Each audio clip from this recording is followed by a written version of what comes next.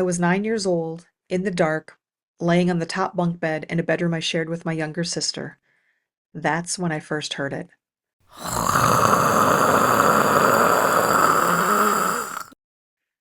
I'm Beth Anne Campbell, and this is Something Weird Happened Here. Welcome to Something Weird Happened Here, the podcast for people who love a twisted tale but aren't afraid to poke at it a bit.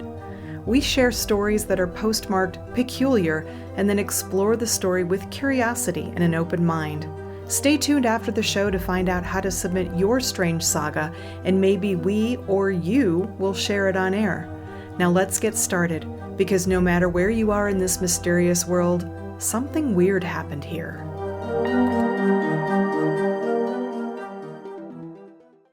We're kicking off the podcast with a personal story from my own childhood.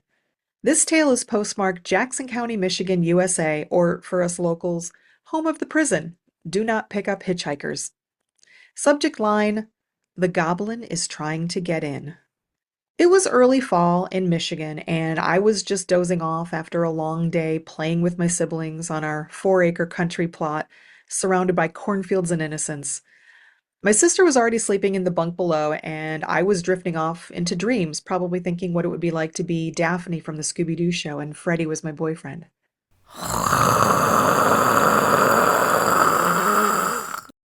Something jolted me out of my sleep and set my heart beating faster than any blonde mystery machine driver ever could. What the hell was that? I probably didn't swear. I don't know, maybe I did. I was 9 years old, so I probably didn't say anything out loud. I just lay there, holding my breath, hearing nothing other than my chest thumping and my sister's soft breath below. A minute passed. Finally, I exhaled and relaxed into the mattress. I pulled the blankets around my head, pressed my hands against my ears so I couldn't hear any more of this ungodly sound. I wanted to call for my mom, but I also didn't want to be a big baby, so I just kind of froze, trying to imagine what it could be and trying not to imagine a worst case scenario. And believe me, my mind was already starting to go a lot of places.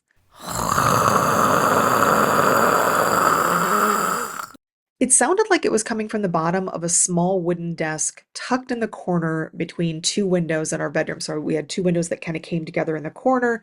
There was a little desk tucked in the corner, but that didn't make any sense. I mean, how could it be coming from down there near the floor?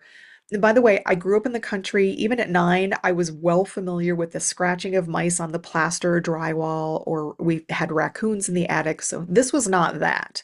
The desk was open on one end, like desks are, and there was a chair that was tucked in, and the chair and the desk were painted white, so I could kind of see the light outline in the darkness.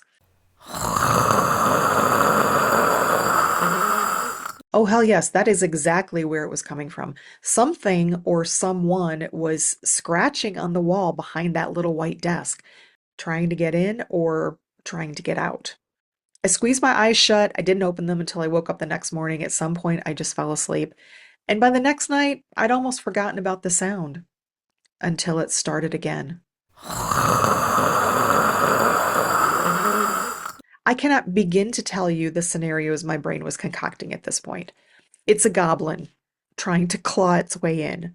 It's a leprechaun. Where did I come up with that? I don't know. Leprechaun angry because he was cold and he wanted to get in.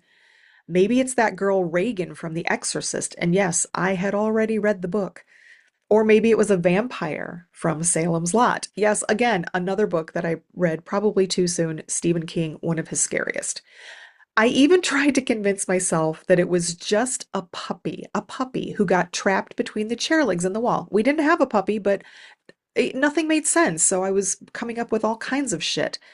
And still that sound continued.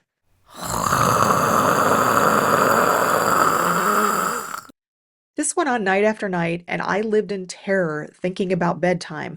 But when nighttime came, I had no choice. I had to climb up that ladder and just hope that my high position would protect me. Now, this is very ironic because when you sleep in the top bunk, you do expose yourself to all kinds of scary things like spiders and spider webs, mosquitoes, those little centipede-like things that scurry out of your bathroom drain. Yeah, they like to crawl across your ceiling too. I would have welcomed any of them if I could have made that sound go away.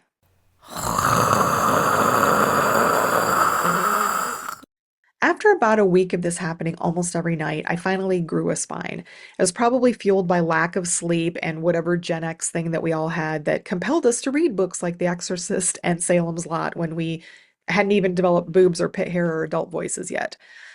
So the next time I heard that god-awful sound, I climbed down from my bunk bed and I crept over to that little desk so maybe I could hear it better.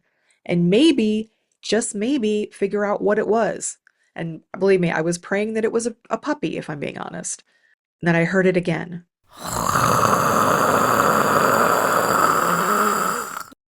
I sat there in this crouched position, frozen, trying to see what was down there until something caught my eye out the side window. Now, the back of our house was lit up by one of those pole lights that every country house in the 70s and 80s had it. If you lived in the country in the Midwest in the 70s or 80s, you had a pole with a light on it. Ours was on the other side of our garage, but it was bright enough and high enough that it illuminated the backyard and then some.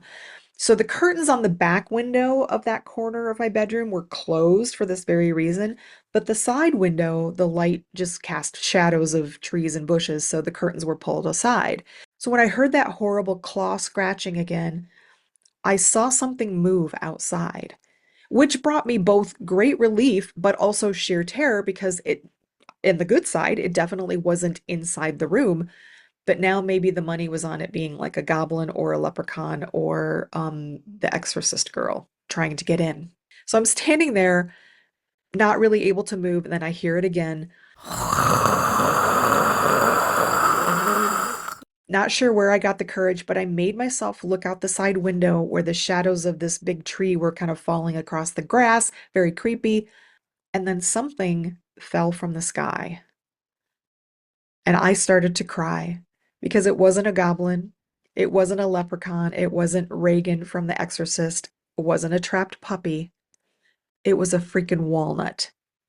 Yes, a big honkin' walnut that had fallen off of this giant walnut tree that was just outside the corner of the bedroom.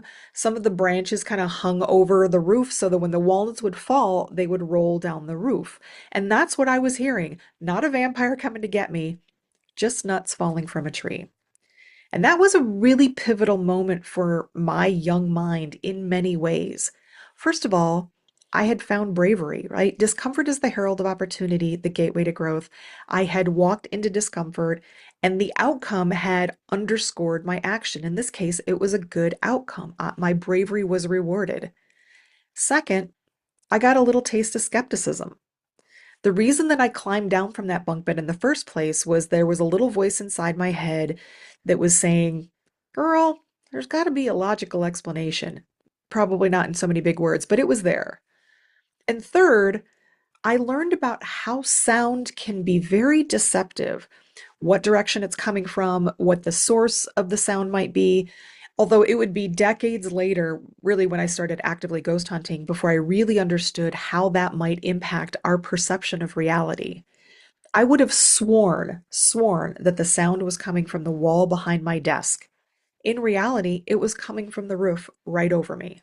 So that event was an early shaper of my need to ask questions, to seek answers, and just to poke at things that didn't make sense, which ultimately, decades later, led me here to the Something Weird Happened Here podcast. Here we share strange stories, weird experiences, and honest reactions, which will include some skepticism, a little sarcasm, probably some swear words, guaranteed some swear words.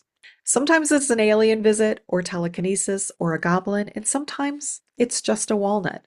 In the coming episodes, I and my guests and our story contributors will be talking about personal experiences that cannot be explained. We're going to listen, we're going to be curious, and yeah, we might raise an eyebrow or give the story a little bit of a side eye, but we're going to explore them. And these stories might be about ghosts or other paranormal phenomena, UFOs or aliens, psychics, mediums, clairvoyance, miracles, unexplained true crime, near-death experiences, dream events, mythical creature sightings like Bigfoot or Chupacabra, and many, many more. So if you have a twisted tale that you witnessed, experienced, or heard from a reliable source, listen to the end credits to find out how to submit your story. We may go over it on air, and you could even be a guest on the show, but only if you want. You can also submit anonymously if you want. For now, Thanks for watching, listening, and joining Something Weird Happened Here. And remember to stay skeptical, but don't run towards the noise. See you next time. Thanks for joining this episode of Something Weird Happened Here. If you have a twisted tale that you witnessed, experienced, or heard from a reliable source, go to bethannecampbell.com/somethingweird to learn more and submit your story. If your tale is twisted enough, we'll share it on air during one of our episodes and might even invite you to be a guest on the show. And we're not picky. Your Something Weird Happened Here could be paranormal, psychic, UFOs, near-death experiences, dreams, parallel dimensions, Bigfoot, Chupacabra, or any other weird and unexplained phenomena. We don't discriminate. If you're into paranormal mysteries that are scary, fun, and realistic, pick up a copy of my latest book, The R.I.P. Files, Case of the Demon Drums, the first in a series inspired by real cases that I, Beth Anne Campbell, worked on when I was a ghost hunter for nearly a decade. Case of the Demon Drums is available on Amazon and most online bookstores.